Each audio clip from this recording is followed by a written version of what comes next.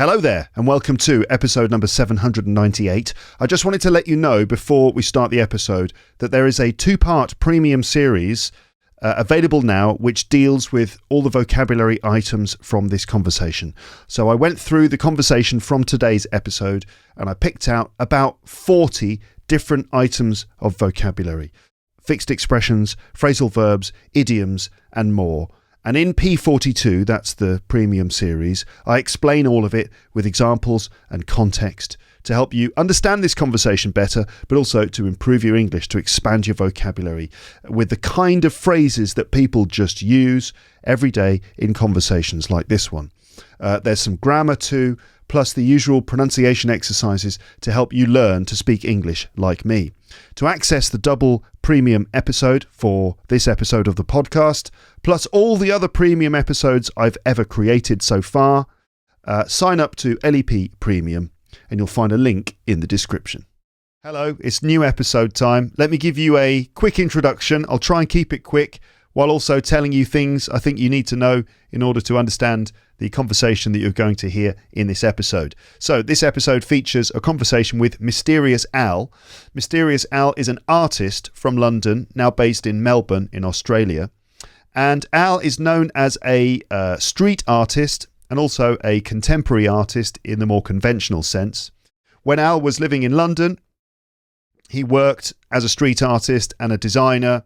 He was kind of on the scene at around the same time as Banksy, who you might know. Banksy is a very famous street artist, maybe the most famous one from this kind of world. So Al was around in London at the same time as Banksy, so there's a name you might recognise. These days he lives in Melbourne in Australia, where he works in his studio producing canvases and prints on high quality paper, and also NFTs, which are essentially digital unique artworks which can be sold online. And he also exhibits his own work in interesting ways in his studio, and he sells his artwork privately.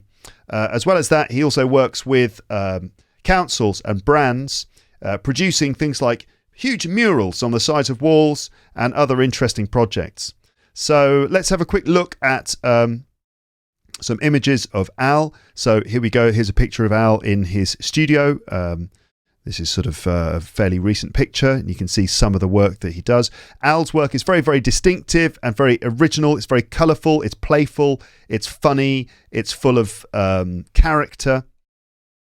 Here's some of Al's older work, including a couple of murals, which you can see on the side of a building here. And some of his other artwork from a few years ago. And here are some collaborations he's done. This is one that he did with Eastpak, rucksacks, a collaboration with Levi's, one with Adidas. His more recent work looks like this. Lots of faces, lots of interesting, very distinctive, very vibrant looking faces. Here is an exhibition of his work, which I'm trying to show you here. Okay, to give you an idea of the sort of thing he does. I'm looking at things very quickly here. Obviously, the best way to look at Al's work is to be directly in front of it, to spend some time looking at it so that the colours look really vibrant, so you get to know the faces. Let's have a quick look at Al's website, mysterious.al or mysteriousal.com. We can see, for example, another mural here on the side of a brand new hotel. And more work outdoors. If we have a look at some of his more recent collaborations, we can see work he's been doing with Tommy Hilfiger, including working on some t-shirts and hoodies and stuff with Tommy Hilfiger. Okay, that just gives you an idea of the kind of work that Al does. And so I'm going to talk to him about all of this stuff, including, for example, how he makes his kind of, the thing he's known for these days are these sorts of masks. That's how he calls them, these faces.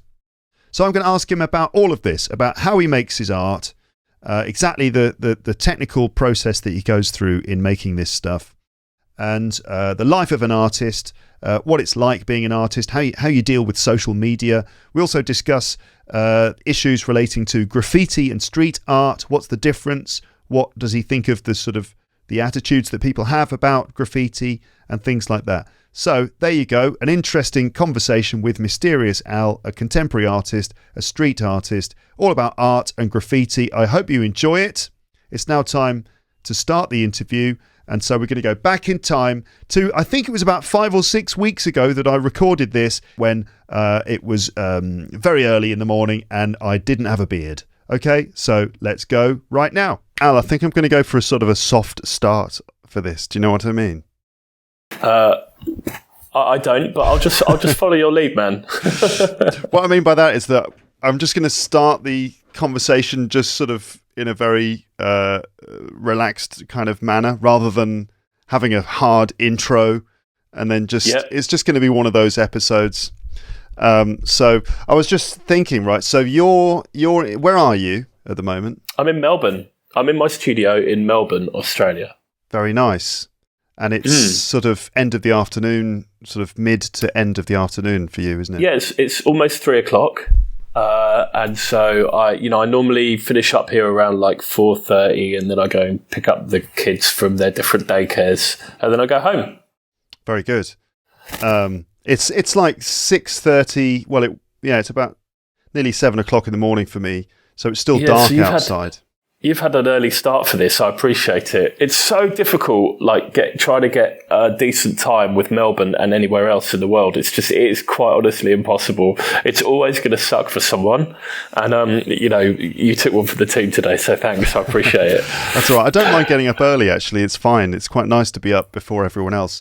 But it's totally dark outside. And normally my main source of light when I'm recording a video is the window in front of me. But it's just pitch black out there, so I've got this kind of like big light shining straight in my face. Look, you and me both. Look what I've got. Oh yeah, I got one of these. Yeah, I got one of these. You've got one of those ring. Job. You've got kind of a ring light situation. Yeah, it's pretty good. I've also got a light behind me, which has got like all these different color controls.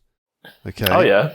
So maybe this is just for the video people, but I was thinking, what should I have it on? You can tell me what you think as a visual artist. Yeah. Turn it on. Let's see what the different options are. Oh, mate. Let's leave it like that. That's great. That's that ambience. It's a sort of a purpley kind of blue colour in the background. It's just a little cooler, isn't it? It's just a little easier on the eye. That's great. Then it cycles through. There's a kind of red to orange. This is a bit cheesy the way it cycles through the different colours. You don't like that, no? You should just put the blue on. Just stick with the blue. Yeah. It's quite nice the way blue. That was good. It kind of goes more purple as it goes higher up in the room, which is quite a nice look.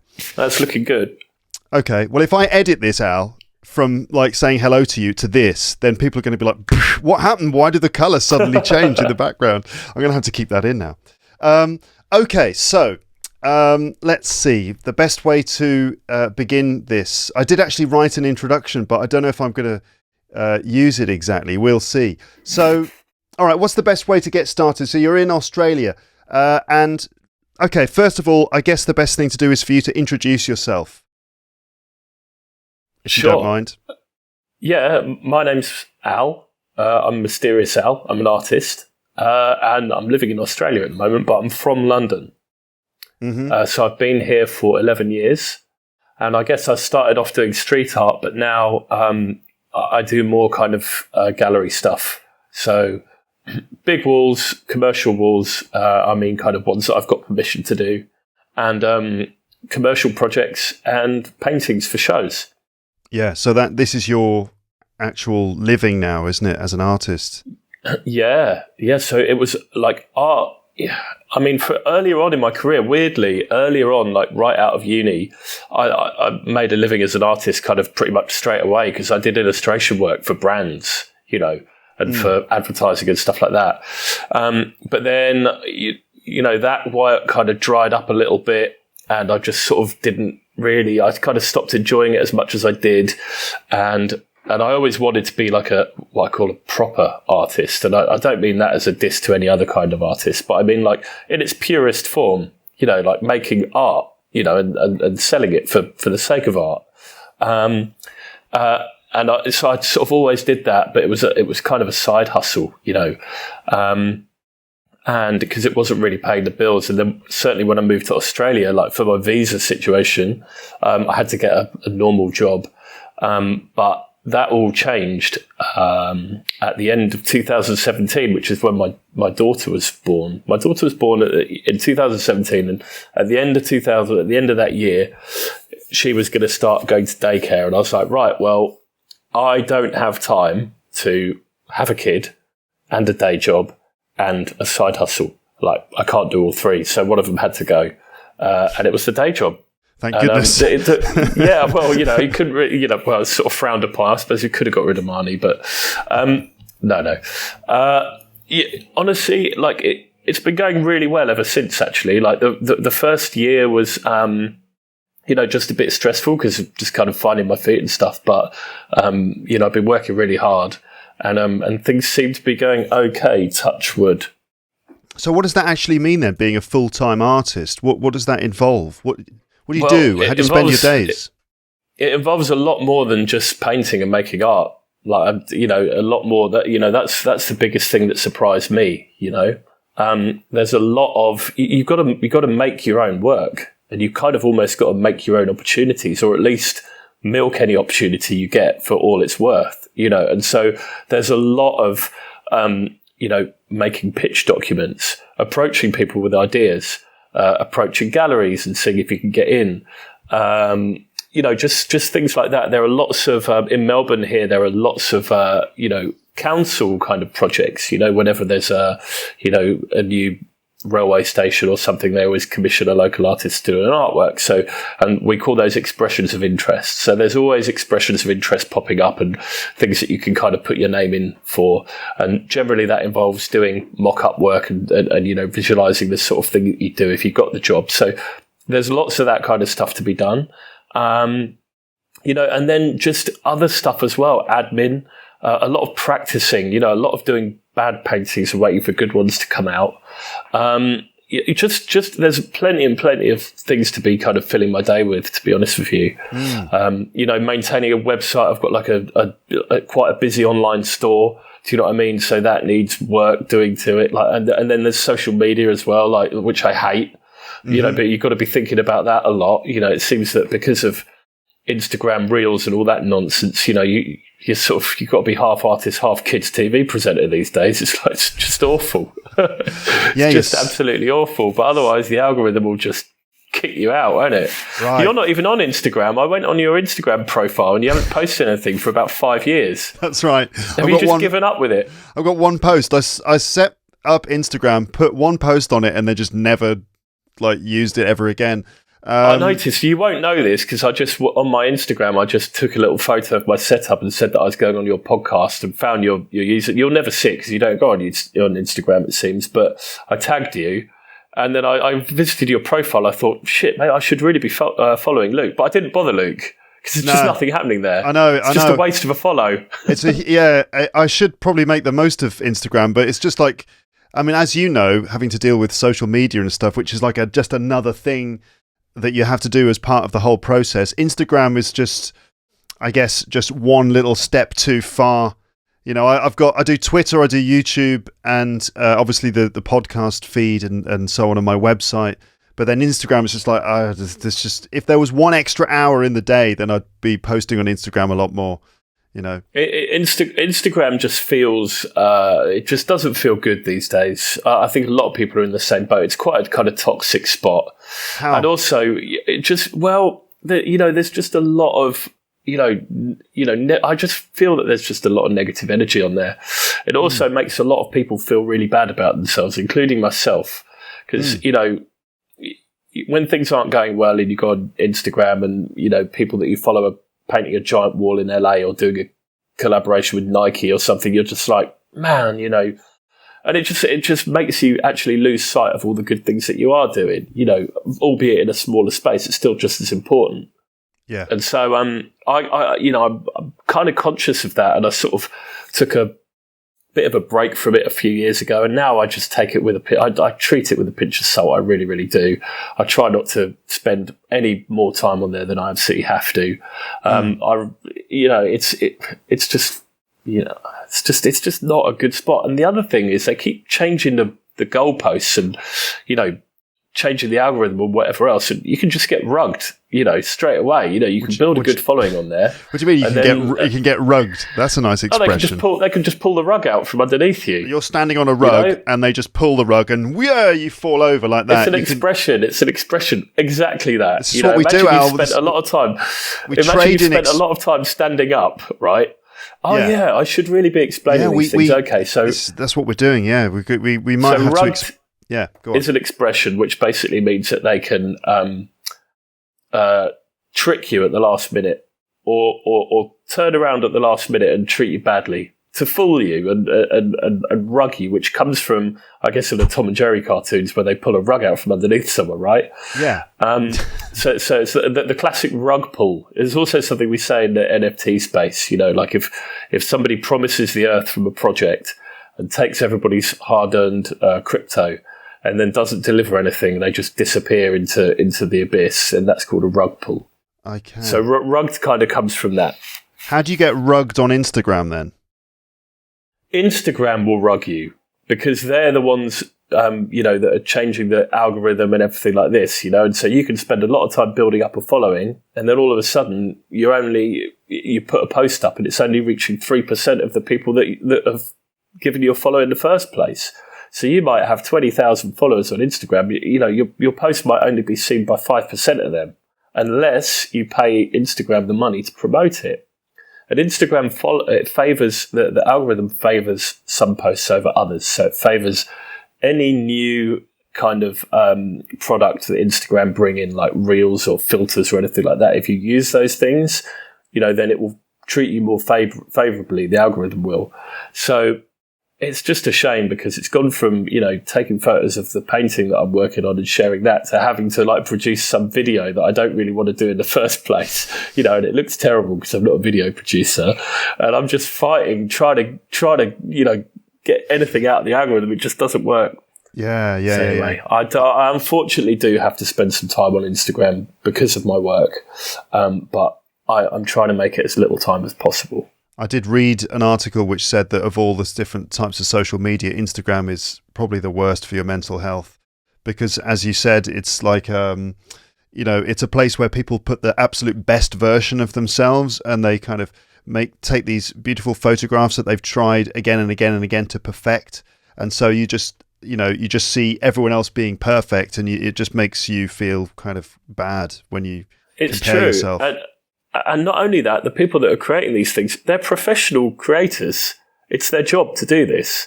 They've gone to a specific beach, spent their money, and probably spent 3 days trying to get the shot that looks really casual, Yeah. And we all know this now. So, why is it still, why is it still a thing? Why are we all still doing it? Why are we all still getting kind of hurt by it? It's this weird thing because even though you know it, you know what goes on behind the scenes and you know how it works and how sort of pathetic it is almost in a way. It's still depressing, isn't it? When, you're stuck at home or at work or whatever and you look at Instagram and people look like they're all having a better time than you. And, for me, it's professionally, it always looks like people are doing better than I am. For some people, it's, other people look like they're having better holidays or, they look like they're thinner or their boyfriend's hotter. For me, it's career. It's like people are getting opportunities, that I'm not. It's demotivating and demoralizing, and it's quite horrible. It's kind of how it works, though, isn't it? That's like how the machine works, is it sort of drags you in with all of those sorts of emotions and the feelings that you get as a result, and that's why it's so compelling and why it's so addictive to kind of, because it's constantly like pushing little buttons inside you that give you these feelings and stuff, and sometimes it's like a rush of dopamine, and sometimes it's a feeling of envy, but whatever it is, the emotion is what gets you, and that's how they keep you on the platform.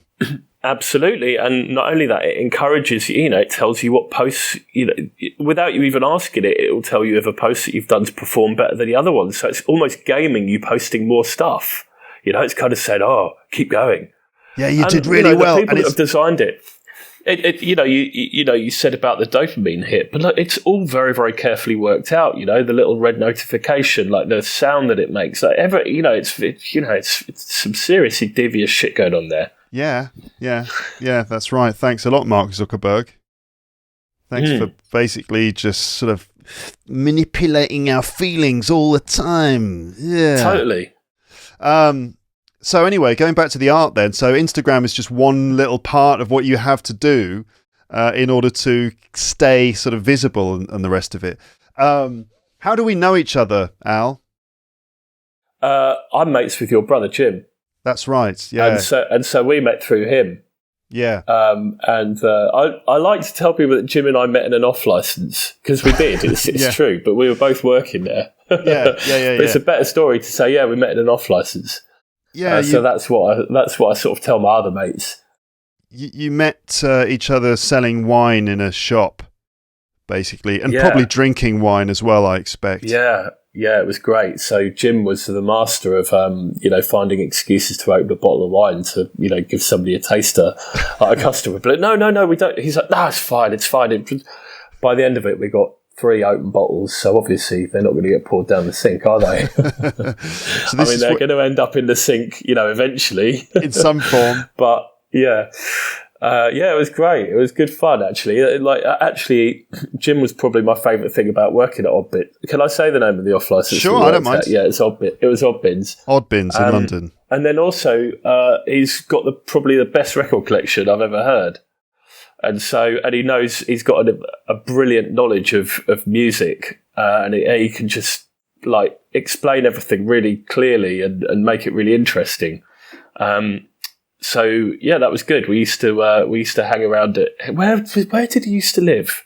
In Ealing. West London. Do you remember? Ealing. Yeah. That's it. We'd go around there and listen to loads of his record, and he'd just go on a tangent. It was brilliant. Just listening to one thing and then the next and the next, from just everything. Brilliant. Really, really good times. That was sort of like the... And also, he does really good poached eggs as well, actually. You can really poach an egg properly. So in the morning, I'd probably sleep on the couch or whatever after drinking a lot of the wine at Oddbins, God knows what else. And then, 6 cans of something out of a blue bag. Do you remember from the off license? Of course, yeah. Totally, yeah. And then in the morning, he'd make poached eggs for us. Yeah, good. Very good. Very important skill, being able to poach a good egg. It is. It's harder than you think. You got to get it down. And as far as I remember as well, he didn't even mess about with the vinegar or anything. He could just poach it really well. There you go. I still can't do it as good as he used to. Or maybe it's just because when you've got a beating hangover, if anyone presents you anything on toast in the morning, you're going to be happy with it, right? It's hardly Yeah, it's not exactly rocket science. Yeah, they're probably very average eggs, but yeah, because you had such a hangover, exactly, they tasted so amazing. So all right, so this is sort of like the mid noughties, like 2005, 2006, that kind of time. And in those days, were you just starting as a street artist at that time?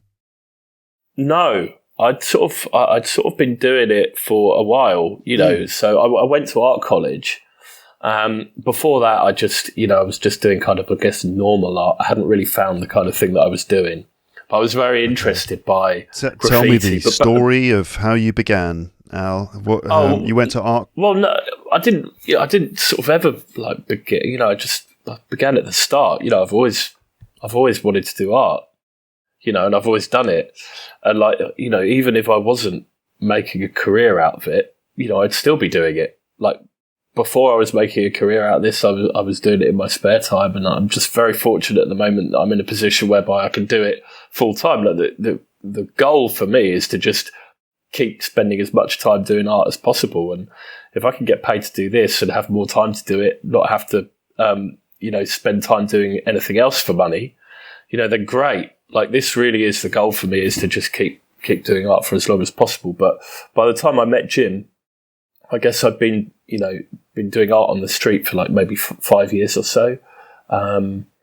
And so, yeah, I was already I guess I was sort of like, let's say, established, like at that point, I kind of knew what I was doing. I had a bit of a style, and I had ambition, and I had like an idea of like where I wanted to go. There are artists that I really liked, and, I was really driven and influenced by them.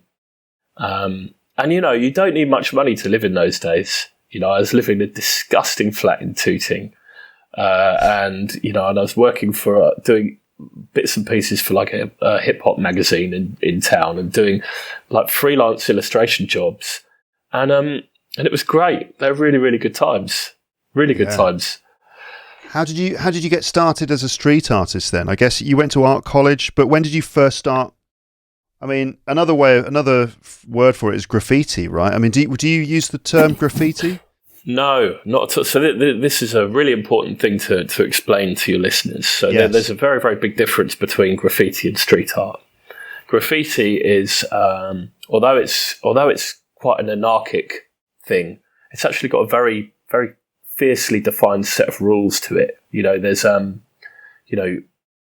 a specific style, there's a specific way of painting, there's a specific way of applying, the work, spray paint on a wall. Specific ways of doing letters, different kind of styles within the graffiti. And graffiti writers are infinitely more hardcore than I will ever be. And I was really interested in graffiti, but I wasn't a graffiti writer or artist at all. Like, I did a bit of tagging when I was younger, but I can't paint letters. I'm not hardcore enough to spend time, painting big, long, illegal pieces.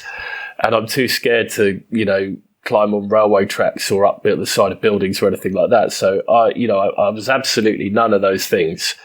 But yet I still loved the, I love the look of it. I love the bashiness. I love the interruption. I like seeing a wall, grey wall with a big piece in the middle of it. I loved getting the train into town and seeing all the burners along the side of the railway track. It was really exciting. Burners? Pieces, big colourful graffiti pieces that have been done overnight. People get on the tracks when they're not so busy, and they spend time out there painting in the dark. It's a really difficult and, I've got mega respect for those guys. But there were like a few of us who kind of were looking at graffiti and who were influenced by it within our own art, but we weren't graffiti artists. So what were we? We didn't know. Like, we were, misfits. We started to put work on the street as well. So we were like, drawing little characters with marker pens, or we did paste ups, which was, doing a character, making a poster out of it, taking it to Kinko's, having it blown up to like AA0 or whatever, and then using wallpaper paste to stick it up somewhere, like on the side of an old shop or, on a bridge or whatever. So we would do that kind of stuff. But the term street art wasn't really even coined until, the kind of mid 2000s, I think, to sort of 2005 or so. Before that, I always thought like a street artist was somebody, that, was painting the Mona Lisa on the pavement at Covent Garden. Do you know what I mean? Or somebody dressed like a robot with a whistle in their mouth. Like, those were street artists. Or someone like drawing caricatures of tourists in Covent Garden. That kind of thing. So street art, like suddenly this term was coined, and me and my little crew from London, we kind of found ourselves at the forefront of it. It was really, really exciting time. So what is the difference exactly then? Is it this sort of the illegality aspect, or what? It's a difficult one to kind of explain.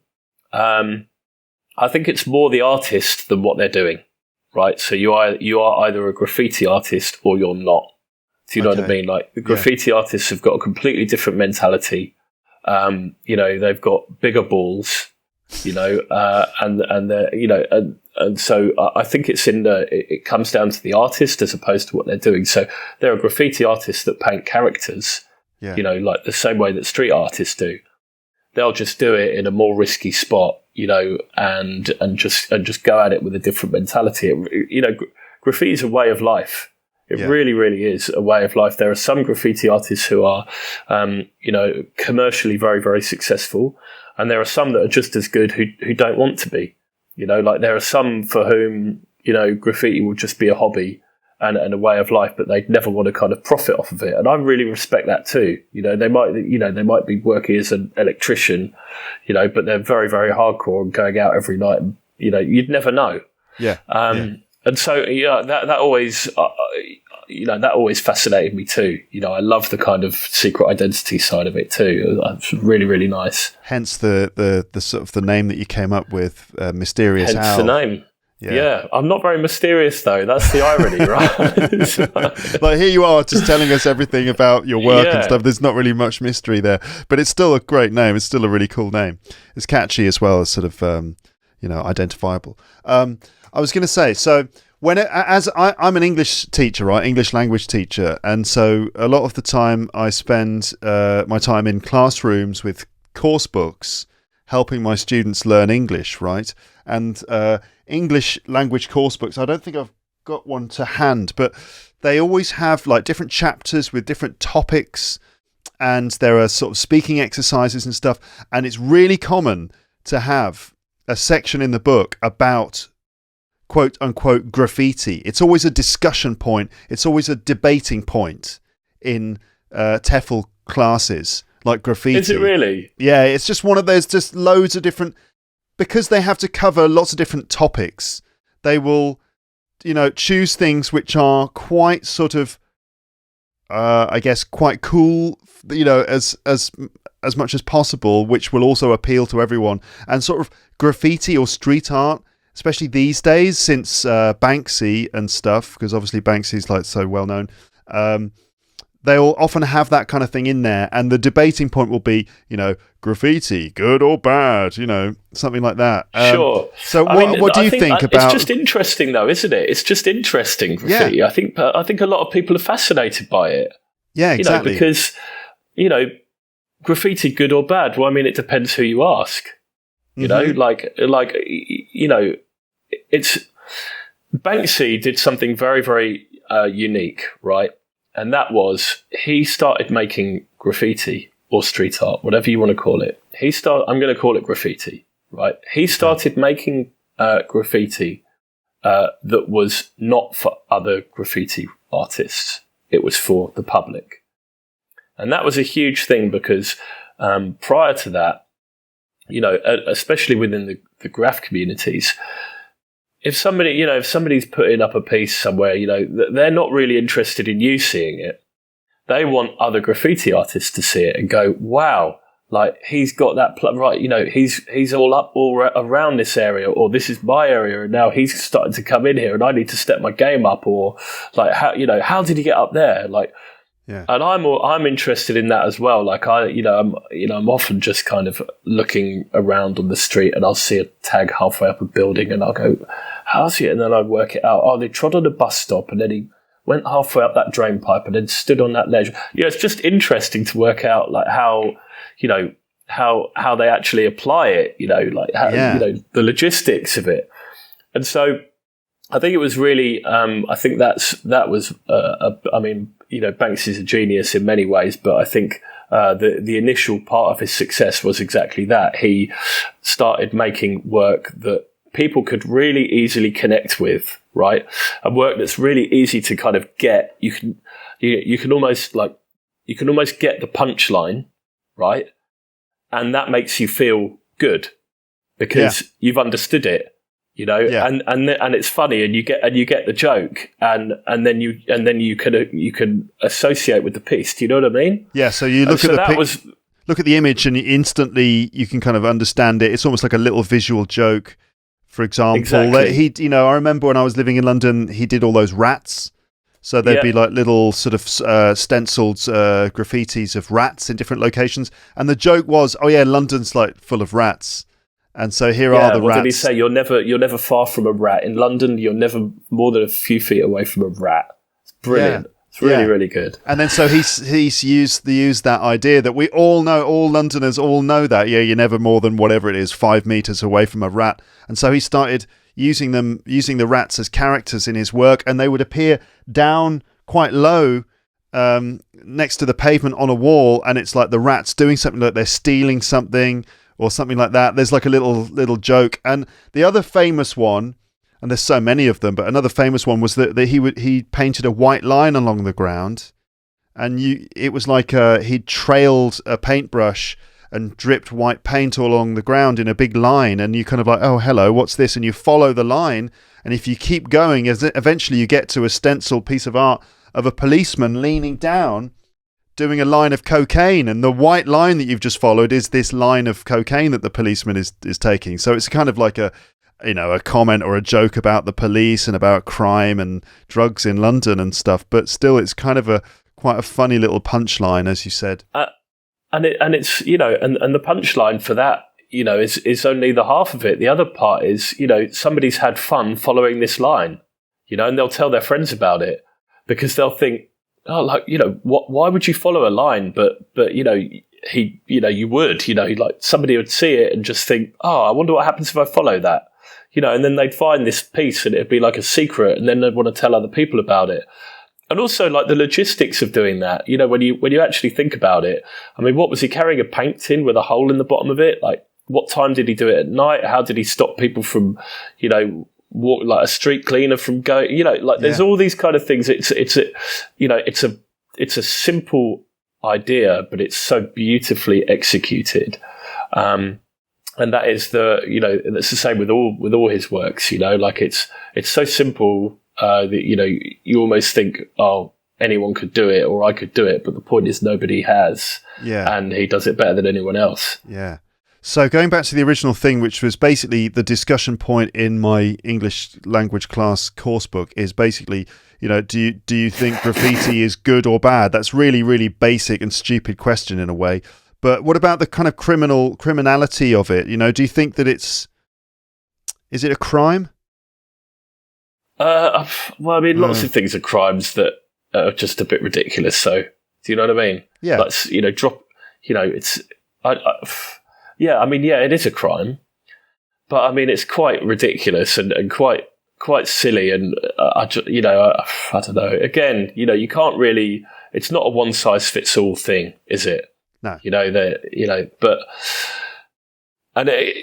my opinion, I love graffiti. I'm like a big fan of it, and I understand, how it works with, it starts with a tag, and then that might turn into like a bigger piece, and then that turns finally into like a full production, and, and so, I'm like sort of savvy to that, and I understand it, but I can understand why a lot of people don't.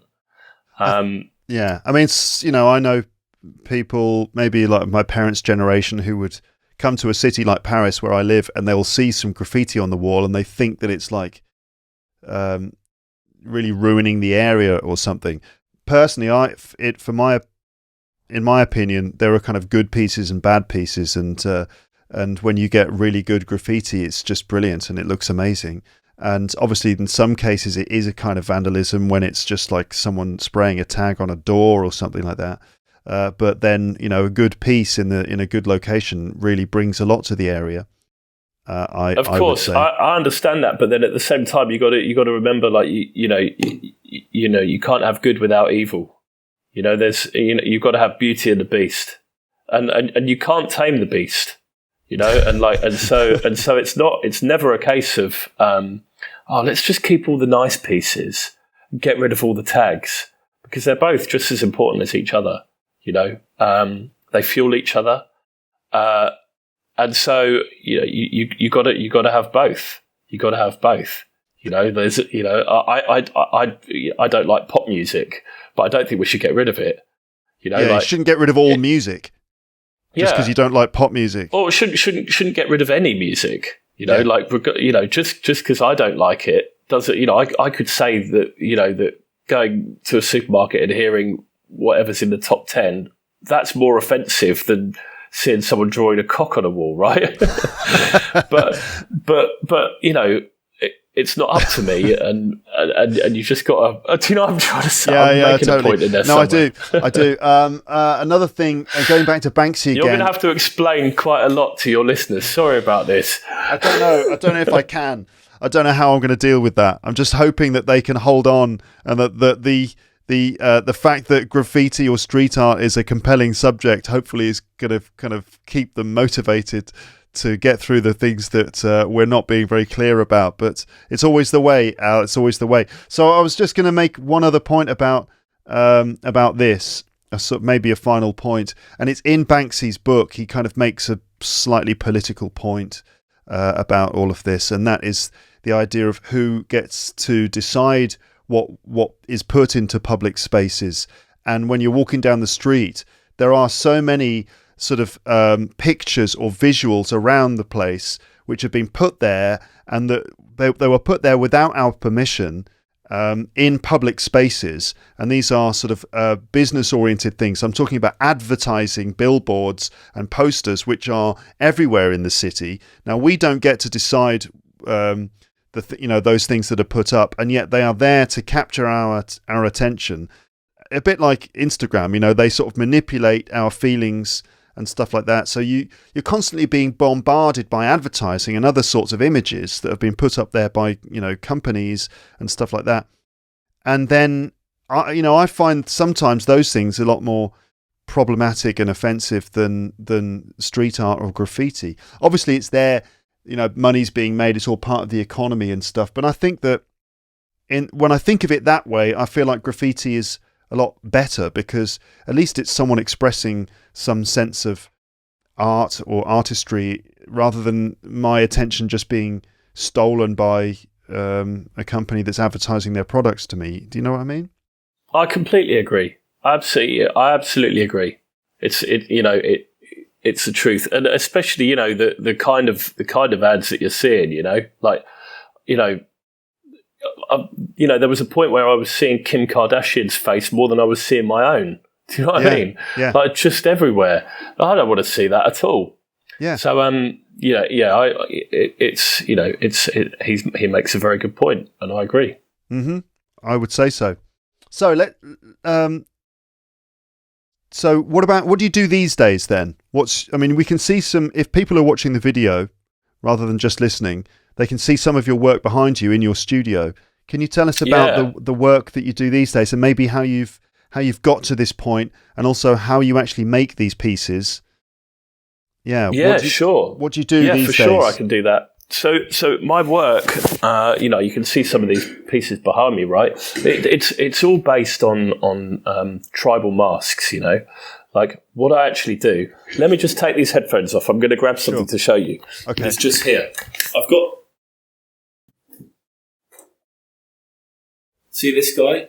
This is one of my collages. And all my work starts with a collage. I've got hundreds of these. Check this out. In this box,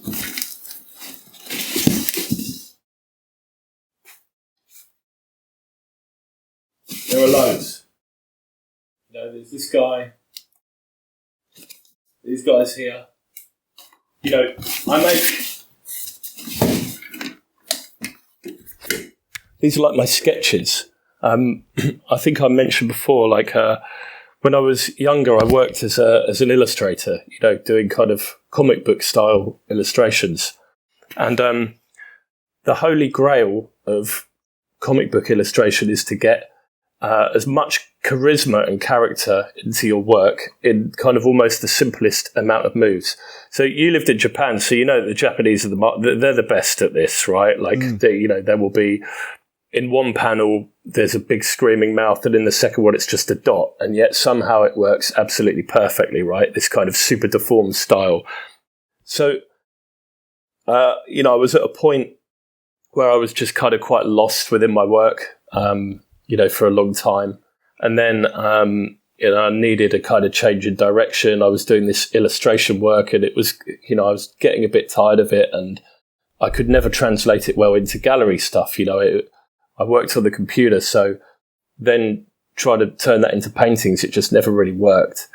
And And then one day I had an epiphany, and it was I was at a museum and I saw a West African mask, tribal mask. It was like thousands of years old, and it was so crudely made, and yet it was beautiful, like absolutely brilliant. It had so much charisma and energy.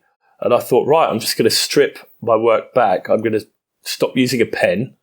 I'm going to stop doing outlines altogether and just start making, collages. Do you know what I mean? And just by tearing up paper, you just really lose control of the work, So these pieces are made. These pieces are made essentially from pieces of torn up paper. Yeah, these are just torn up paper, and the reason why I tear up paper instead of using scissors is because there's more happy accidents. It's a very spontaneous process, and I will, it's really nice because I can spend a lot of time on a painting, painting really tight corners, and then I can just go over to the other side of the room and tear a load of paper up and move it all around. And what happens is I get all these shapes and just keep moving them and tearing bits off and adding bits, and then eventually a face appears. It presents itself, and then when it does, I just I quickly take a photo of it so I can remember where it all goes, and then I paint the pieces and put them back together. So this is what we end up with, and then from here. I was going to say, so you start with the paper that you've torn up into little pieces. It's all white. Mm-hmm. Yeah, it's just white. Yeah, okay. yeah. I can't get the colours of paper that I want, so I have to paint them all. Right. So there is kind of what's the word for it? A kind of craft involved. I mean, this is one of the aspects of art. It's not just like the result of it, but it's like the way it's done. And so there's like the craft is that you using a certain type of paper, ripping it up in a random fashion almost. And you know what? Yeah.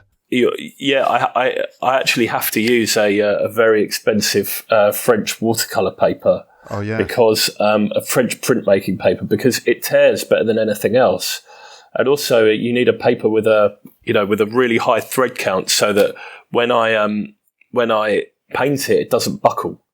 Buckle? So with these guys, for example, it doesn't wrinkle. It stays nice and flat. Yeah. So with these, you can see like it's just like. It's really beautiful. And actually the little details in it are like real nice. Yeah, the way it rips is very sort of satisfying. The way it rips is great. And so I don't know, by doing this, it was just a much more spontaneous, like high energy way of working. And so, and these are like my sketches, I keep them all in a box, and I sell them at shows, but really they're just for me to, they're like studies before I do a painting, mm-hmm. And then when one resonates with me, when one really talks to me, then I take a photo of it, I put it into Photoshop, recolor it, move it all around a bit more. And then when it's ready, I turn it into a painting. So it's a really nice process. How do you go from Photoshop to a painting then? So once I'm in Photoshop, I get the final size image that I want, and then I project it onto the canvas, and then I paint it. Wait, you project it like with a movie projector? Yeah, I've got just a digital projector, and I just do that, and then so I project it, trace around all the edges, And then I actually, what I do is I put the image on my phone as well. So then I've got my outlines already on the canvas. Yeah. And there are loads of other ways of doing it. You can grid it or scale it up that way, or you can do like when I'm painting big murals, obviously I can't project. So I'll do a grid, or I'll do a thing called a scribble grid, which is a different way of scaling an image up. But in the studio, it's just a better result and it's quicker and easier to just project it. Because I can control the lighting in here, it's nice to project it, do all the tracing, and then I can just look at my phone and I know what colours go where. And then after that, it's a much more enjoyable process because I get to spend more time doing the bit that I enjoy, which is the actual craft of the painting, and less of the stuff that I don't enjoy, which is scaling it up and rubbing it out and scaling it and redoing a bit and moving an eye 1,000 times, because it just gets boring doing it that way. And I want the work to always stay fun. So projecting really works for me. Right, so let me just try and go through that process again. So you start with white paper, which you rip up into different shapes. You then lay it down in sort of on top of itself, and move things around and rip things a little bit more until a face emerges. And then once you've got that, you take a photo of that so you remember the arrangement, and then you paint all the bits of paper that you've ripped up, and you rearrange them. But with the painted version, so that's where all the color comes in, and then you take another photograph of that, right? And then you will, with the photograph, you can put it into Photoshop and sort of rearrange it and fix it a little bit, and then you project that onto a larger piece of paper on the wall, a canvas, actual canvas, and then you paint. You kind of just sketch the outlines of it, and then you paint it again on the canvas. And then you can either present those canvases or you can sell them to people and stuff. Exactly right. That's exactly it in a nutshell. But each. Mm-hmm. But also sometimes you're dealing with much, much bigger pieces. Like when it's outdoors, it's like the side of a building or something like that. And in that case, you have these other methods of scaling the image so that you take the image that's small on your phone and make it the size of the side of the building, which is, again, another sort of technical aspect that must be really complicated and difficult, like making it from a small image to a large image, but keeping the proportions and putting it on the side of a building. The good thing is that my work's quite forgiving, right? So if I do make a bit of a mess up, quite often nobody will notice. Do you know what I mean? I can just change it and it's okay. Like there are some friends of mine who, are hyper realistic, portraiture painters, and if you get the eyes just a little bit too far apart on a portrait of a girl, then, it can go south very, very quickly indeed. Yeah. But with my stuff, what I do is I generally take a really, really high quality photo of the wall that I'm going to paint. And then I will use Photoshop to layer my artwork over that image, right? So I've almost done a kind of mock-up. And then from there, I then change the opacity of the layer with my artwork on, and I pull it back to around 50% so I can still see the wall behind the artwork. And then I can use what's already on the wall, like any marks that are already there, or even counting bricks or, like signs or windows. I can use all those as reference points for when I'm sketching the wall up. Does that make sense? So I could say, for example, like I've got a picture of a wall, and it's got a drain. Let's say it's got a drain pipe in the middle of it and a window, and it's made of bricks, right? I lay my artwork over the top of it in Photoshop. So wait, you've taken a picture of the wall where you're going to a photo of the wall, right? And you put that photo into Photoshop. Yep. Okay. And then I layer my artwork. I layer the thing that I'm going to paint over the top of it. So I've already done the image that I'm going to paint. Yeah. I put that in as a new layer. And then I turn the opacity down so it's about 50%. So it's 50% see-through. Yeah. And then from there, I can then look at it and go, okay, the eye sort of goes halfway towards the drain pipe. So I make a little mark up there on the wall. And then I go, and the eye is how many bricks thick? 1, 2, 3, 4, 5, 6, 7, 8, 9, 10. Right, the eye is 10 bricks thick. So from there, I do another line, go 10 bricks down, do another line there. And then I just sketch it up that way. I start with the eye and then I just build my way out. And I go, okay, well, this bit's easy because there's a big blue section. It's from that door, like in a kind of diagonal line down to that drain, and I'll just do it that way. Wow. So yeah, it is easier than I've made it sound. No, it's I see you've like got a technique for doing it that you say is easy, but it's just like working out the craft of how it's done. It's impressive. Practice. Yeah. But my stuff's a lot easier to do than, people that are doing like, complicated. I mean, if you've got to paint a portrait of someone, I mean, that'd just be my worst nightmare because, people already know what that person's supposed to look like, and if you get it wrong, then it's obvious that you've done a bad job. But whereas with mine, my work's very forgiving and it can always be amended and really it's about the overall impact of what I do. It's about the fact that it's big and bright and fun as opposed to people. I do generally finesse over the details. Like I spend a lot of time doing what I do, but if there is a mistake, it's going to be less likely for people to spot it. Yeah. I mean, going back to the example of like a mural, if that's the right word, a picture on a wall, like a huge wall that's a picture that takes up the whole wall. I guess that's a mural, right? Going back to the example of other types of murals where they have to be much more careful over the details.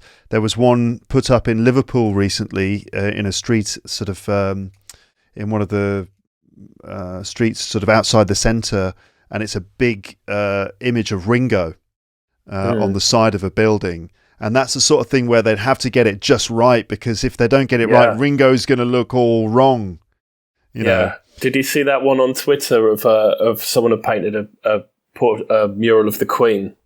Yeah, I did see. And the eyes were too close together, and it just looks so bad. And like, I feel for those guys, because there is just no denying that it looks bad.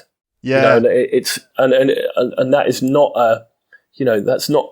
it's not being mean. It's like, I really respect the fact that they've given it a go, but the eyes are too close together. And it would just be so hard. Just that little detail of a portrait of the Queen when her eyes are just too close together, it takes on a completely different meaning.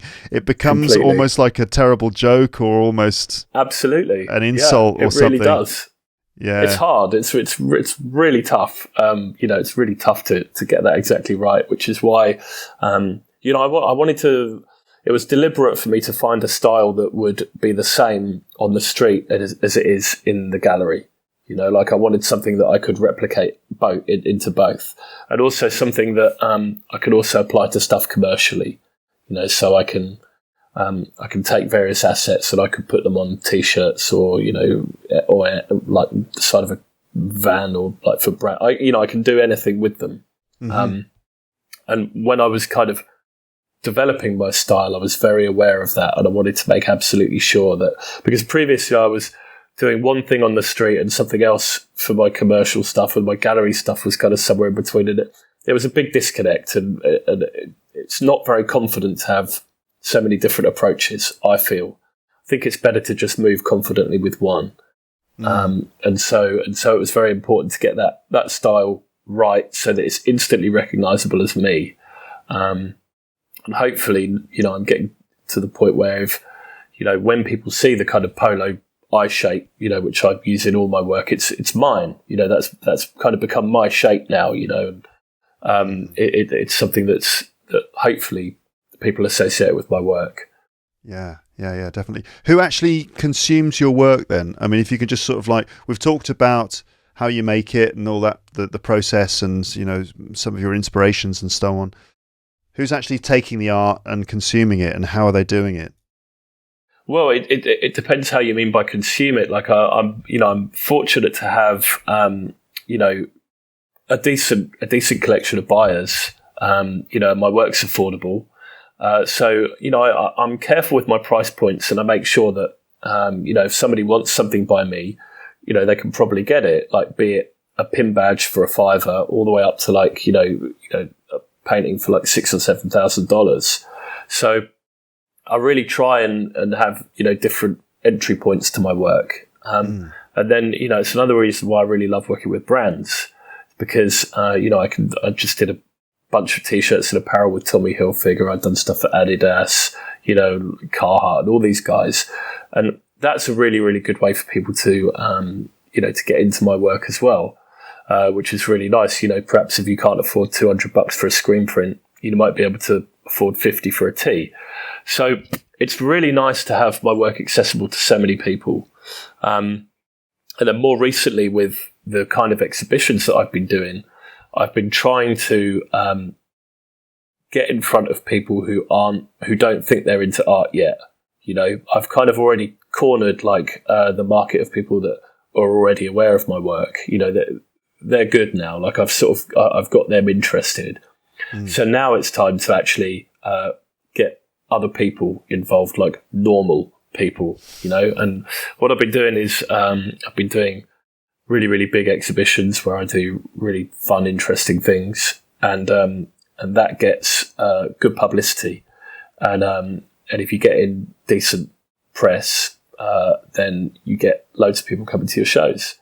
And then those people join your mailing list or follow you on Instagram. And, talking about Instagram again, unfortunately. But so the answer to your question is, I mean, hopefully a bit of everybody does, really. It's deliberately a very accessible style. It's quite sort of easy to like, because it's bright and colourful and fun. And then when we were talking about Banksy earlier, and I said about how he does stuff that people get a punchline, and then they feel good because they've engaged with the work and, they feel connected to it. I do the same sort of thing with my stuff. It's like with my collages, everybody thinks they can see something different in it. Like somebody might think it looks like a dog or a fish, or, I had somebody come to my show and she bought a collage. She thought it looked like her boyfriend. So I'm like, okay, that's great. When I'm making them, I deliberately try not to think of like a parrot, because I'll end up doing collage that looks like one. And sometimes when I need colour ideas, I will look at tropical fish, right? Because they're amazing colours. But then I don't want to make a collage that deliberately looks like a fish. Does that make sense to you? Yeah, need to. So when you're making one of your pieces, you're not sort of trying to get to you don't have a specific image and you're then trying to make it. Instead, you're just, like, as you said before, you're just kind of like moving the things around until something emerges. They almost sort of make themselves. Yeah, and actually, the only thing that's really influenced it is the piece that I did before it. Because there are patterns in it. I might rip a nose shape that looks really good, or I might turn a bit upside down and it works, and then I'll go, all right, cool, I'll do that again on the next one, and then I do it next, but it gets a little wonkier, and then the next one looks even wonkier, and then after that I go, okay, well, let's try something different this time.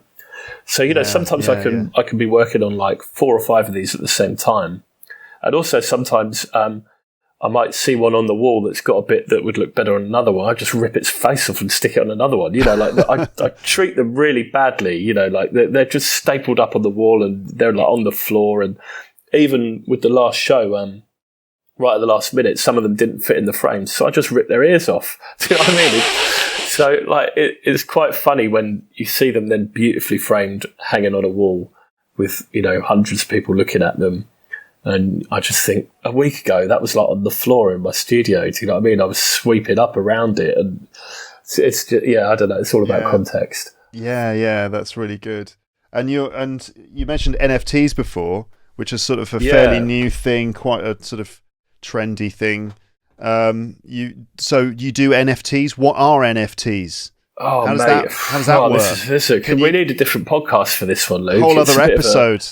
It's a tricky one to explain. I think the simplest way to put it is that you can make artwork now, or indeed anything digital, but then you can prove ownership of that digital asset by putting a kind of receipt, if you like, on the blockchain. The blockchain is a ledger. Do you know what a ledger is? Well, I kind of do. The blockchain is a database, right? Okay. Imagine you've got a database and you've got columns, right? What columns are that? Rows are the one on top of the other, right? Yeah, columns are the ones that rows. go. Columns are the ones that Like go vertically, and Yeah. rows are the ones that go horizontally. So on your blockchain, which is it's basically some information that's attached to, in this case, an image. But Yes. blockchains also are in cryptocurrencies as well, right? And Yes. so when you a piece of cryptocurrency has a blockchain on it as well, it's kind of like a note which is attached to it digitally, and it contains information or data associated with that, I don't know, piece of cryptocurrency, or in this case, a piece of artwork, an NFT, non-fungible token. That's what absolutely it refers to. And so the artwork has a blockchain attached to it, which has got these columns, and the columns contain different types of information, you were saying. In a nutshell, you're sort of almost there. But an important thing to consider, right, and that is that the blockchain, you can only add on top of it. You can't edit a previous block, right? So it's a decentralized ledger, all right? So you can add information onto the block above, but you can't change any of the blocks below.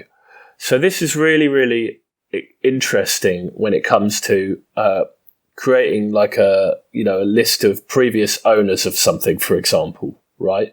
You could use this to authenticate or provide provenance for a piece of digital art. So I could say, for example, I could send you an animation and you buy it off me and you love it and you put it on your computer or you put it on your TV and watch it, you have it on your phone. But how do I know? You could copy it and send it to anyone you want, right? But they would just be copies. You would have your wallet ID, which is essentially your name. You would have that on the blockchain to say that you own that piece, and it would have a record of how much you paid for it and when. So anyone could access that information. They could say, who owns this digital asset? They could look it up and they could say, Luke does, because there's his wallet ID on the blockchain. So it's now, kind have you of, then sold that? It's kind of like a digital stamp on it is, but then if you then sold that to somebody else, that transaction would just happen in a block above it.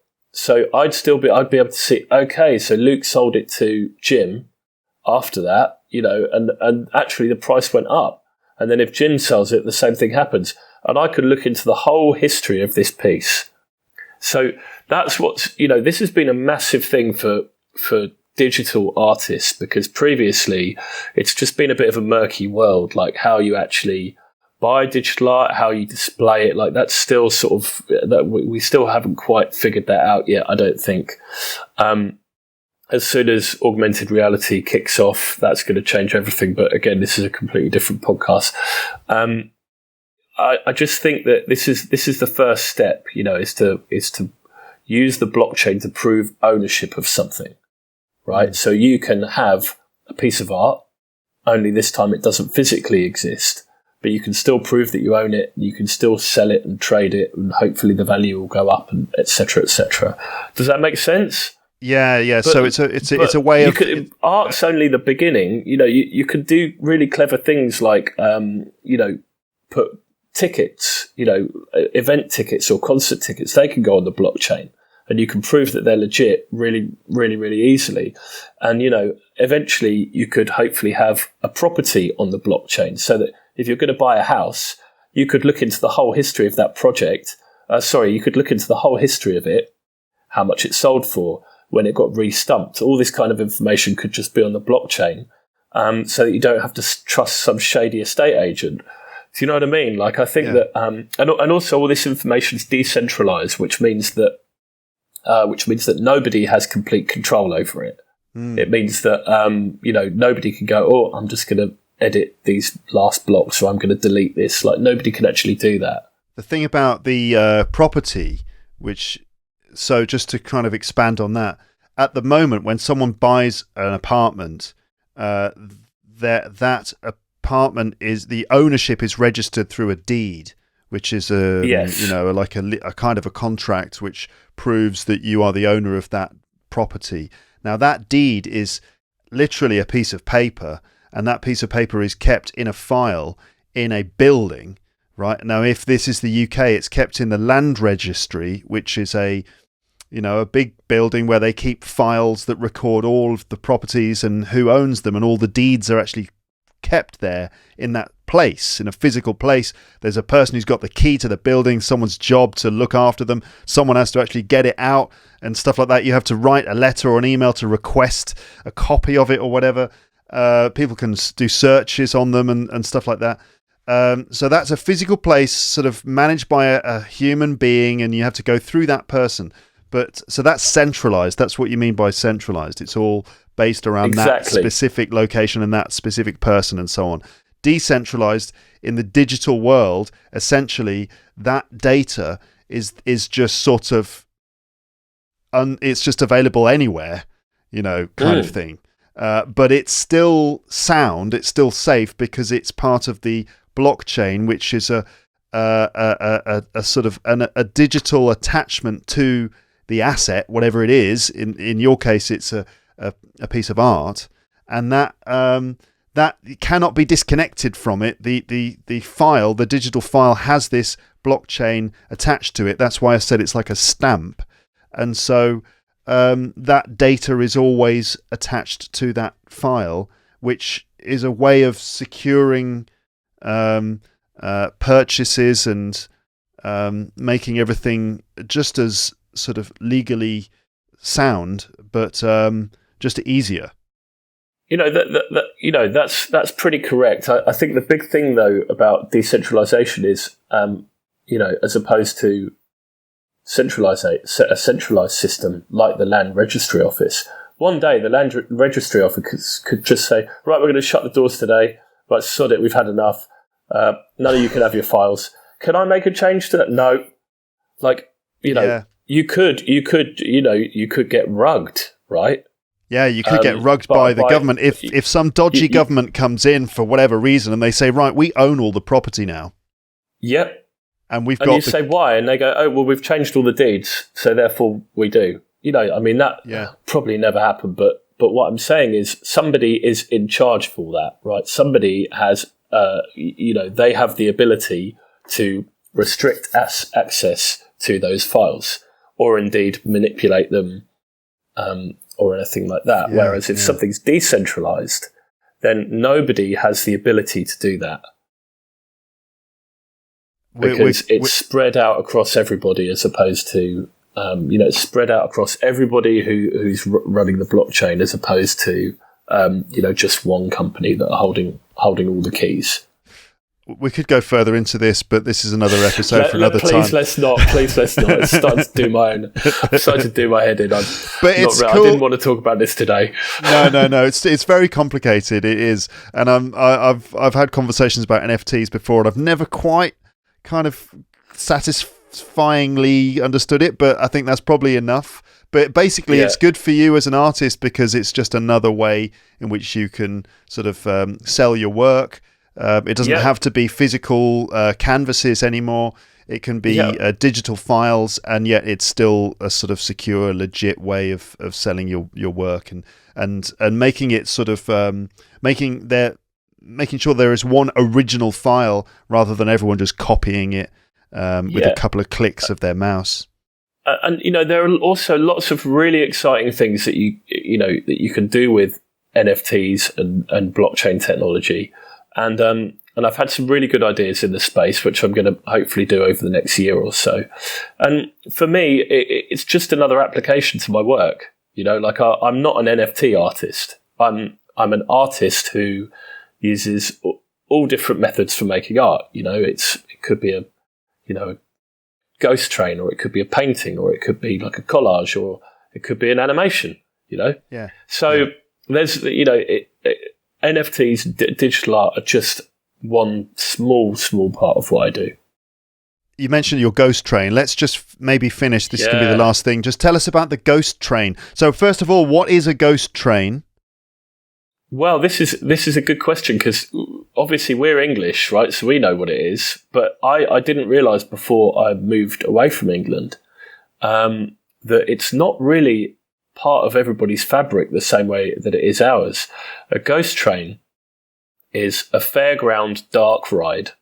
And what this generally is something that it's part of a travelling fairground, so it'll be on the back of a kind of articulated lorry or something, and it unfolds in a kind of clever way to make a kind of a little ride where you sit in a car and you go around a kind of twisting maze in the dark in a car. Train tracks. A plastic bat will light up. Yeah, along train tracks, you're in a little cart.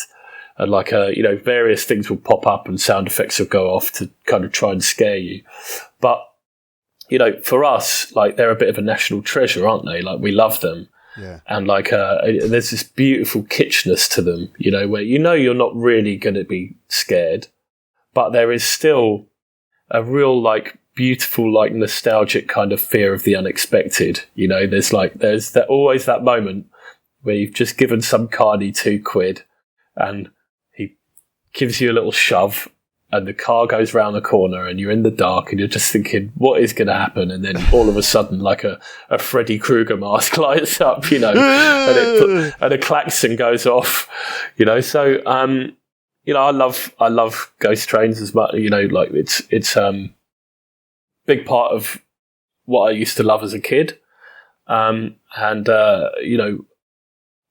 just always thought it'd be an interesting way to try and do an art exhibition, And so I got hold of a ghost train last year, and I installed it in a giant warehouse in Melbourne, and I repainted the whole ghost train, and I took all the bits out and I remade all the kind of props and scares that went inside it.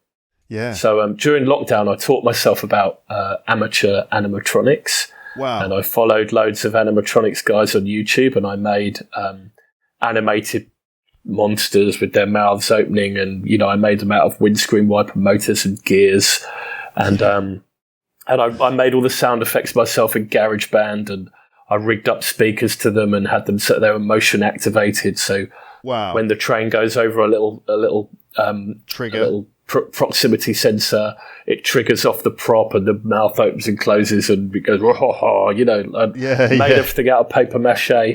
So I kept it as traditional as I could.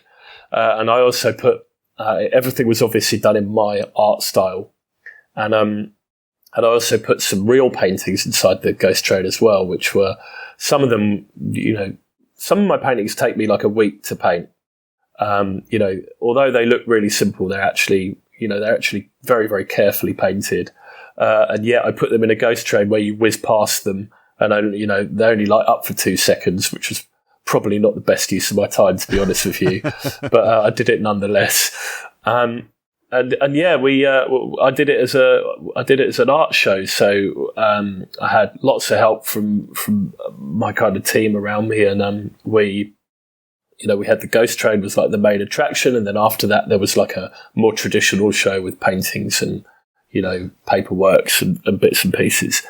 But it was really, really fun doing the ghost train project, and I think that when you asked me earlier about kind of who my sort of audience is, well, this is a great way to get new people seeing my work. A lot of the people that came to that show, had never been to an art exhibition before. They thought an art exhibition has to happen in an art gallery, and they think it has to have the kind of pretentious air to it that a lot of art galleries do. And I'm really trying to change that with the way that I do my shows. And loads of kids came to the show and they loved it, and I think one kid went around it 20 times, which just proved exactly how unscary it was. But it's great to present work in a different way, and people see that, and then they go into the rest of the show and they're like, oh, okay, oh, that painting, it's kind of got the same face as that thing that lit up and so it was really nice for people to make that connection as well. Yeah, I don't think anyone's ever used a ghost train to exhibit their art before. I don't think so. I'm pretty sure this is a world first, because I don't know if that's an official thing, but I'm just going to say that it is, because I Googled it like extensively. And I know why. It was so difficult, so absolutely difficult, logistical nightmare. Even finding a building big enough to fit the bloody thing in. Do you know what I mean? Like, we needed a 4.5 meter high roller door just to get it in, and it's 6 meters high. Yeah. So it was really, really difficult. I don't recommend it to anyone. and I did it so no one else has to. It was all run from just the electricity supply, was it?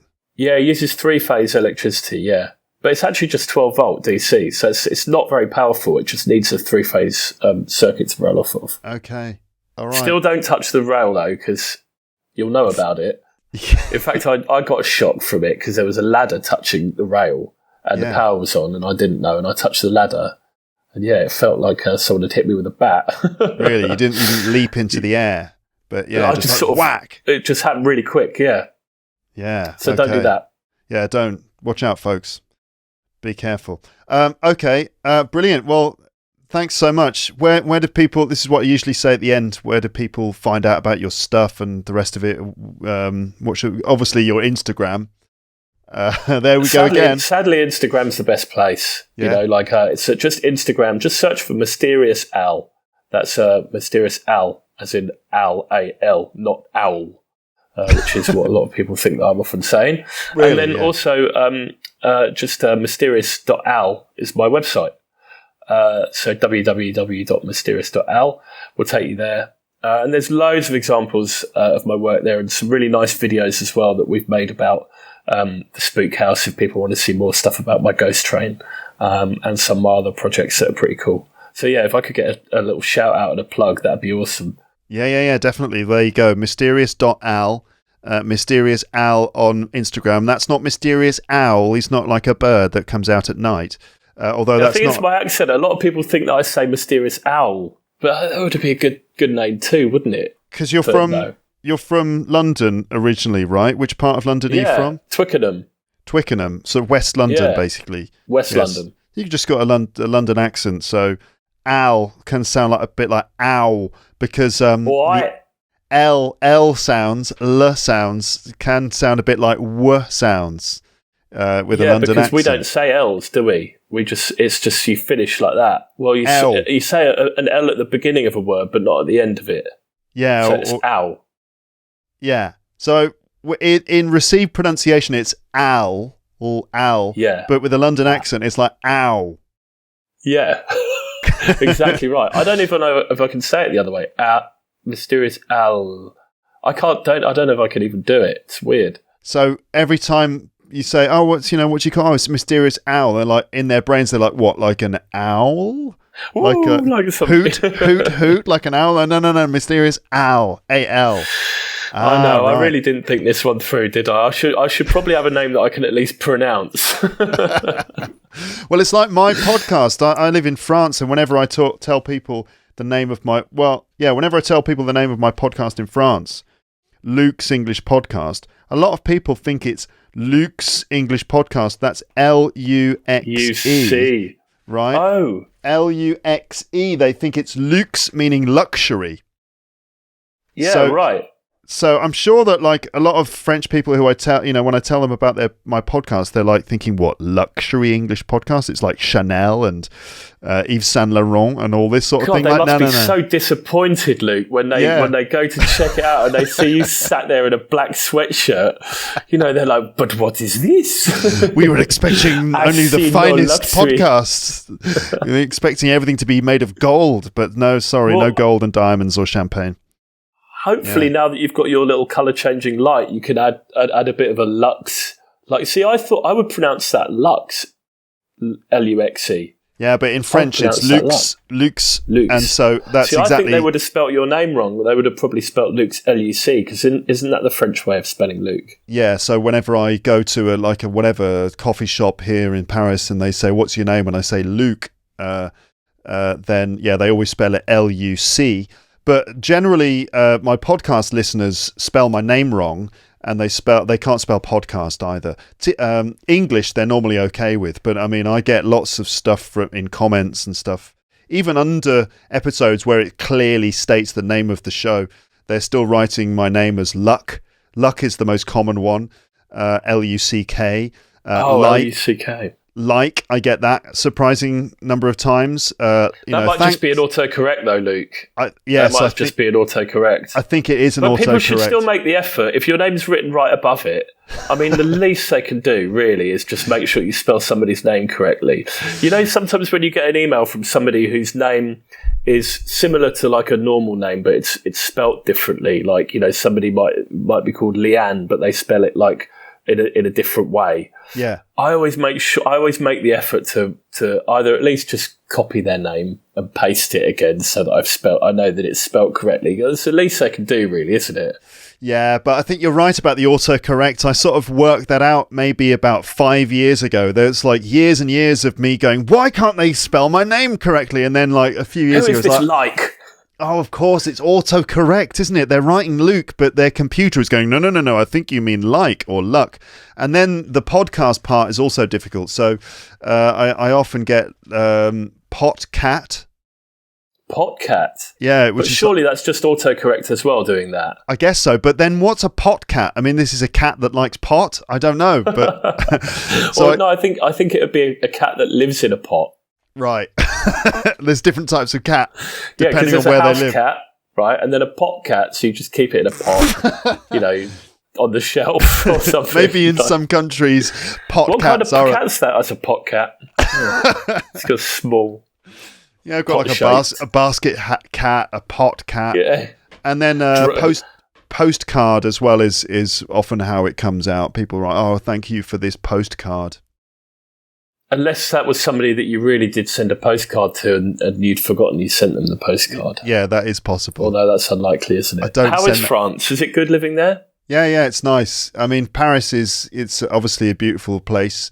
It can be quite stressful. People are always busy and in a hurry, and people are a little bit sort of moody and just generally a bit grumpy. That's kind of like the other side of Paris. But there's the sort of Hollywood side of Paris, which is obviously everything's beautiful. There are flowers, people kissing in the street, and beautiful sunsets. Is it really like that? It's really like that, is it? It's sort of both, it is like that, because sometimes I'll be kind of going to work early in the morning, and I cross one of the bridges over the Seine, and I just stop and have a look, and there it is, the Eiffel Tower, and the sun is coming up, and the river looks absolutely beautiful, and there's you can see people on the terrace drinking their coffee and eating their pain au chocolat, and there's a guy playing an accordion, and it's just like really? I am living in a Woody Allen movie.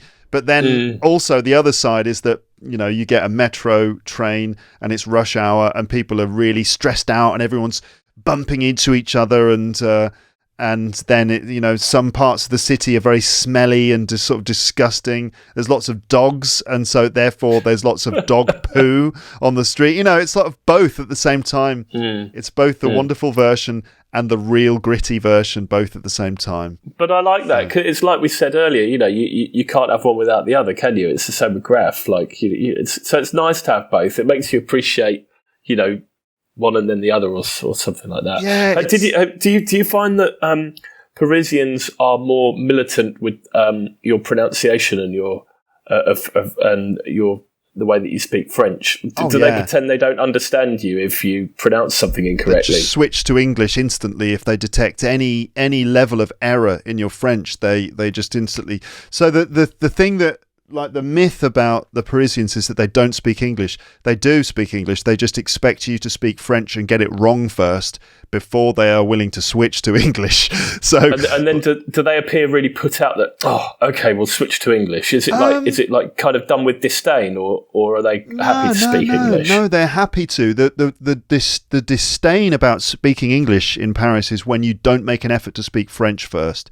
If you just go straight in with English, they might be a bit... And also there's like a code here that is that you have to say bonjour or bonsoir before you do any transaction. It's like a password you have to enter into a French person before they will do anything. So you have to say bonsoir or bonjour, and then you're okay. But if you just jump straight in, say, can I have a cheese sandwich, please? And then they'll be like, because you've just been rude, So the people are normally quite willing to switch to English, but you've got to make an effort to speak French first. But there is, I don't know, I would say probably a fairly low tolerance to bad French, because anything that's less than perfect is terrible.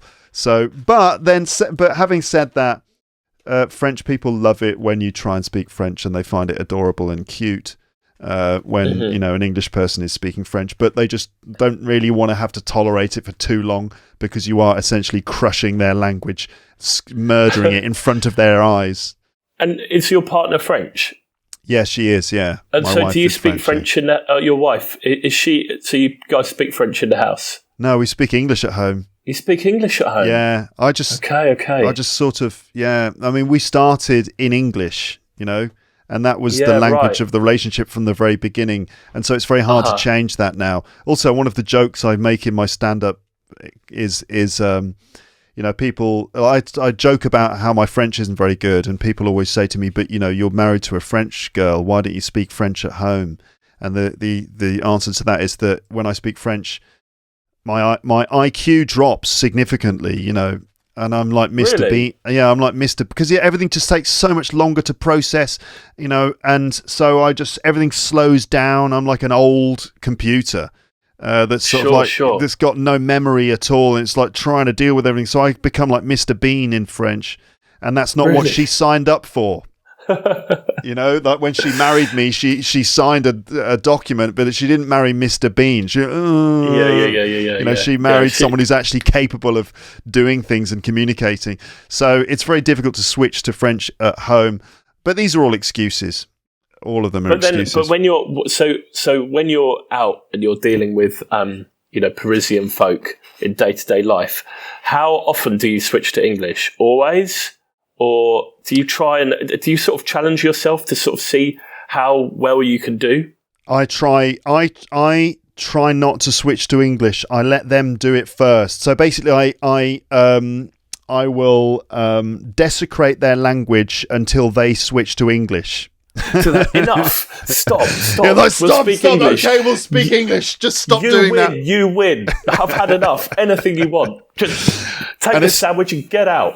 It's amazing. Sometimes people will switch to English instantly. All I need to do is step into the shop and they know. I don't know what it is. Like, they can just smell it. They recognise you from your podcast. Yeah, maybe. This is Luke from the Luxury English podcast.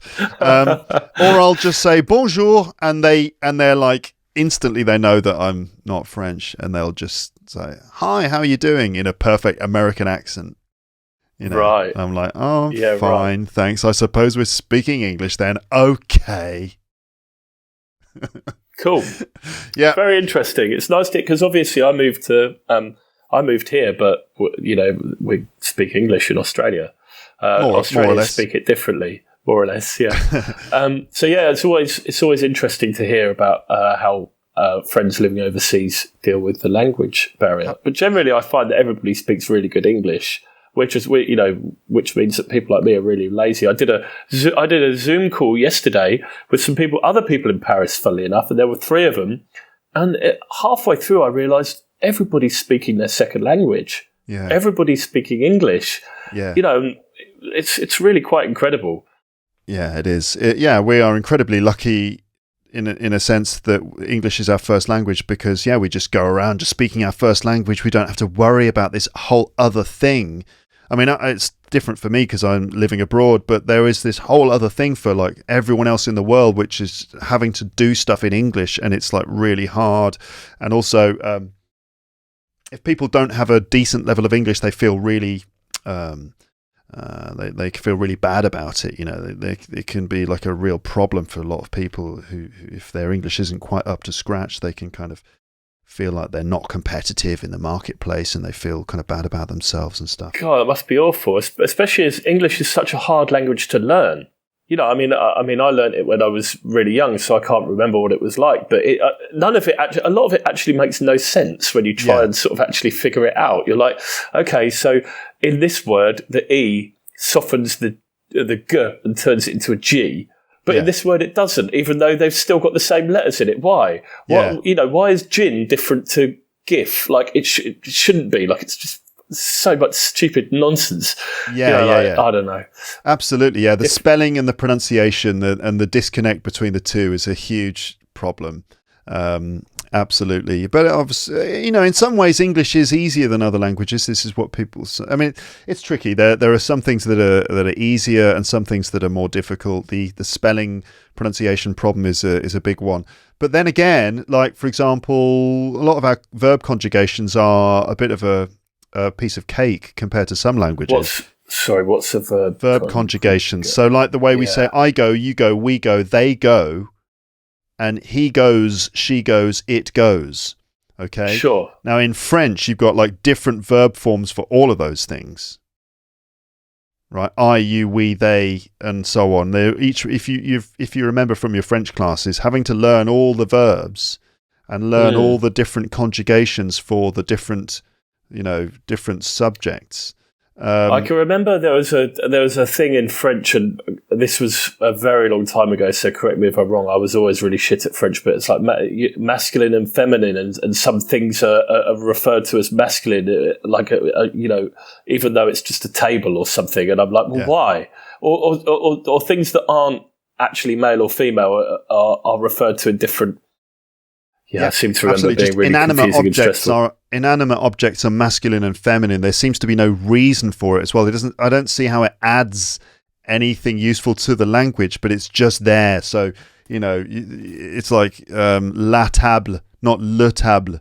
And sure. Oh God, I hope that's right. I hope that's right. God, there's always that worry. There's always your that. Your wife's going to be so annoyed when she hears this. She'll be like, "Look, why you bloody, make an effort." Just end up speaking to you in English. It's la table. Yeah. Okay. So that's weird. Like maybe the weirdest thing is like sexual body parts are not the gender you would imagine. I mean, you get to a certain point, I suppose, in your speaking your French where you end up talking about those things too. But it's surprising, like the word for a penis is actually female. So it's why and stuff like that. I don't know. I don't know. That's just like the most extreme example of how it's illogical to have masculine and feminine nouns. But also, you're right, that affects other parts of the sentence as well. So the adjectives that you use for those nouns also have to match the gender. Right, and it gets very complicated. And then there's in other languages we've got other layers of complication too that English doesn't have. But with English you've got like loads of vocabulary, like tons of it, because English is a mashup of all these other different languages. It's like a bit of Germanic and French and sort of Latin and Anglo-Saxon. It's all sort of squished in all together, and so we've got many different words for the same thing with slightly different meanings or slightly different levels of tone, and also phrasal verbs which are a nightmare, like put on, put off, put through, get on, get over, get in, get out, get off with, get through, through to. Like you get in a car but on a plane. Like why? Yeah. Why do you get? Look, we're going to go and get in the plane now. No, you get on a plane. Where are you? I'm on a plane. Or I'm in a car. Like why? They're both. I've got the answer. I've got the answer to that. I've got the answer to that. Yeah. It's quite good as well. The solution to that one. So, are you on a plane or in a plane? Are you on a boat or in a boat? On a bus or in a bus?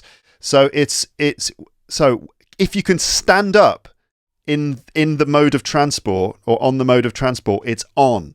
If you can't stand up, it's in. Now, this is a rule of thumb, as we say in English, a general rule of thumb, but it works. So just give me a form of transport and we'll work out if you can stand up, and then we'll apply the rule. Any mode of transport. I'm going to try. I was going to try a difficult one, like maybe like a small boat. Yeah, like a little rowboat.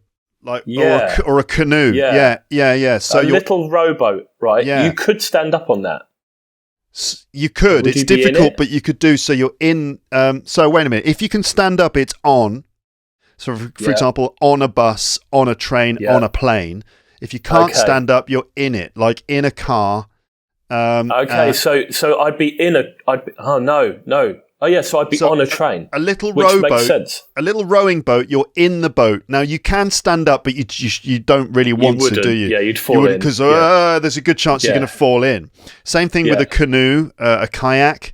You're in the kayak. You could stand up in it, but again, you're probably going to fall in the water. So you'll get on a skateboard. On a skateboard, because you stand on the skateboard. You get on a bike. There you go. You don't stand up on a bike. You can stand up on a bike. You stand up on the pedals. True. You're on a bike. You do stand up on it. Horse. That's very good. Horse. Same thing. You stand up in the stirrups of a horse, so you can stand on a horse. So is that for real, or did you just make this up? No, it's an actual rule of thumb. That's just a rule of thumb. That's not like it's not like Cambridge English it's not like at the university they decided. It's not like Shakespeare and Charles Dickens and Queen Victoria all had a meeting and decided, well, we'll say that you can stand up. This is the rule. No, it's just a way of determining whether it's in or on. It's just a rule of thumb, but it's not how the language was designed. because English has never been designed in that way, and it's not managed by a sort of academic authority that decides what's right and wrong. But no, it's just a way of explaining or a way of working out whether you should say in or on, and it's amazingly effective. Strange way of working it out, but it works. Yeah. Wow. Okay, I'll remember that. That's really interesting.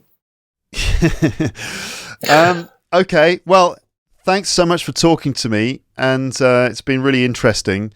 And I hope that everyone goes and checks out your Instagram and stuff, and just watch out for your memes. It's a good Instagram though. It's the sort of thing that will make you happy rather than just feel bad about yourself. Yeah, I think it will. And do you know what? If everyone wants to follow me, that'd be really nice, and it might make me feel a little bit more validated, on Instagram. So that that can only be a good thing. And and I do make an effort to put stuff on there. So maybe it's not so bad after all. I just follow Al on Instagram, everybody. We have to do. Just please follow him on Instagram. No, Al's nice, and it will make you feel good, and his images are happy and full of joy and the joys of life and vibrancy and all that sort of thing. So check out Mysterious Al. And can you put the links below, Luke, so people can just click on them without having to spell them? That'd Absolutely, be awesome. Yeah. So Thanks, Mysterious mate. Owl, your competitor on Instagram, doesn't get clicks instead. Maybe I should register that for now, just in case, just so that I've got it in case this blows up. You should. Okay, thanks, I'll Luke. do that. Well, that's been really good fun, and it's perfect timing as well. It's 4:28 here in Australia, and I'll finish up here and I'll go and get my kids. Yeah. Okay. Well, it's start of the day for me. The sun is up. I'm going to go out and get myself a croissant and a cup of coffee on a terrace. I think. Just quickly, how do you take your coffee in France? Do you have like a flat white or anything like that? I tell you what, in Australia, I have to say you're so much better at coffee than they are in Paris. Paris coffee is just they have coffee, Filter. Which is an espresso. They have Americano, which is just espresso with a bit of water. They have a cafe au lait, which is just the same thing but with a bit of milk added to it. Right. Voila, that's it. Cappuccino, which is like no one really has that much.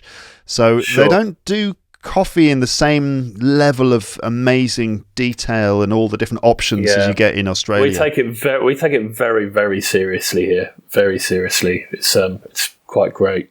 Often the coffee here is just like fairly sort of nasty little cup of coffee that just gives you caffeine, but it's still the location is nice. Right, let's end this so you can go and pick up your daughter. Have a lovely evening. Cheers, mate. See you, mate. See you next time. Cheers. Bye. Bye-bye.